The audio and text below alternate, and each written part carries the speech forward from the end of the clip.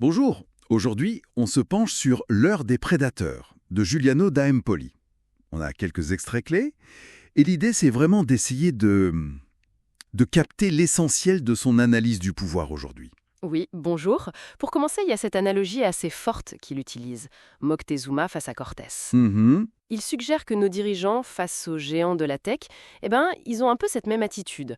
Une sorte de mélange de fascination, de peur. Et d'impuissance finalement. Voilà, ils finissent souvent par céder du terrain. Qu'est-ce que ça nous dit ça, selon Da Empoli?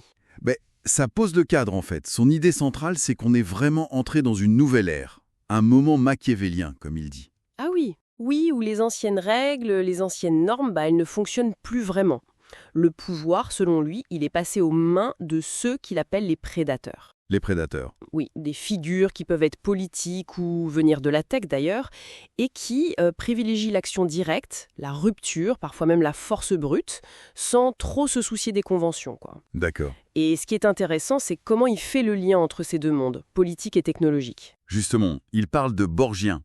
C'est une référence directe à César Borgia, j'imagine, le modèle du prince de Machiavel. C'est exactement ça. Et il donne des exemples assez frappants. Comme Il cite MBS en Arabie Saoudite avec l'épisode du Ritz-Carlton. Ah oui, la détention des princes et milliardaires, voilà.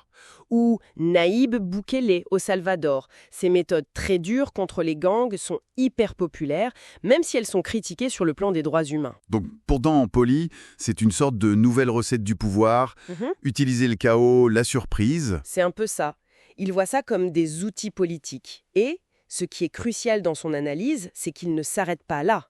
Il voit la même logique ou une logique comparable. Chez les géants de la tech, Mhm. les conquistadors, comme ils les appellent. Exactement. Les conquistadors de la tech.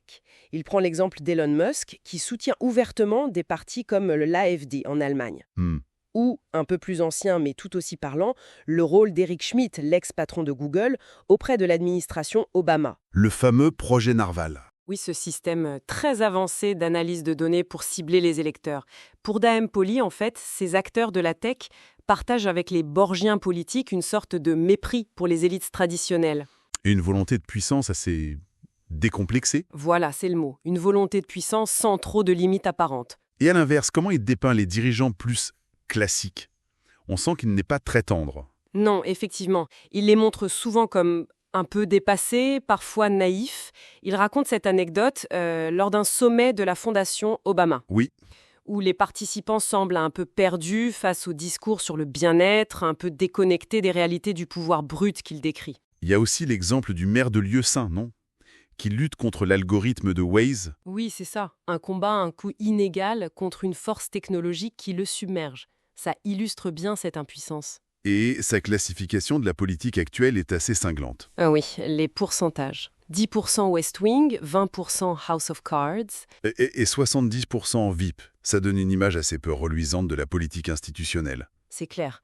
C'est une vision assez pessimiste, on peut dire, de l'état du leadership traditionnel. Hmm. Et cette idée d'un monde qui devient difficile à maîtriser, il la pousse plus loin avec l'intelligence artificielle. Ah, l'IA.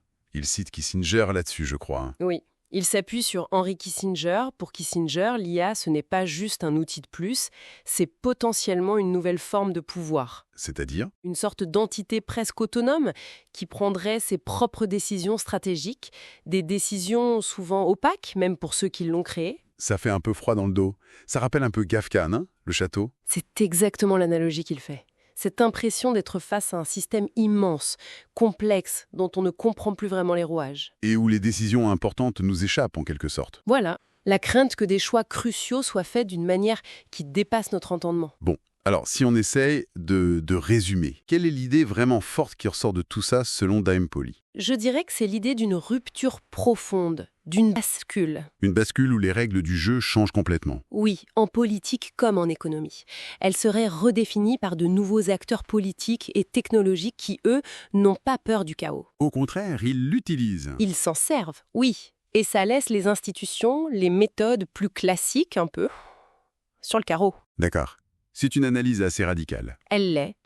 Et ça ouvre une question, peut-être, pour prolonger la réflexion. Oui, enfin. Si Dan Empoli voit juste, s'il y a vraiment cette convergence entre une politique de rupture un peu borgédienne et une technologie qui s'accélère sans vrai contrôle, quelle place y reste? Pourquoi? pour la nuance, pour la délibération, pour les garde-fous démocratiques qu'on connaissait, dans un monde qui semble surtout valoriser la vitesse et la puissance brute. C'est une excellente question pour terminer. Ça laisse matière à réfléchir. Effectivement.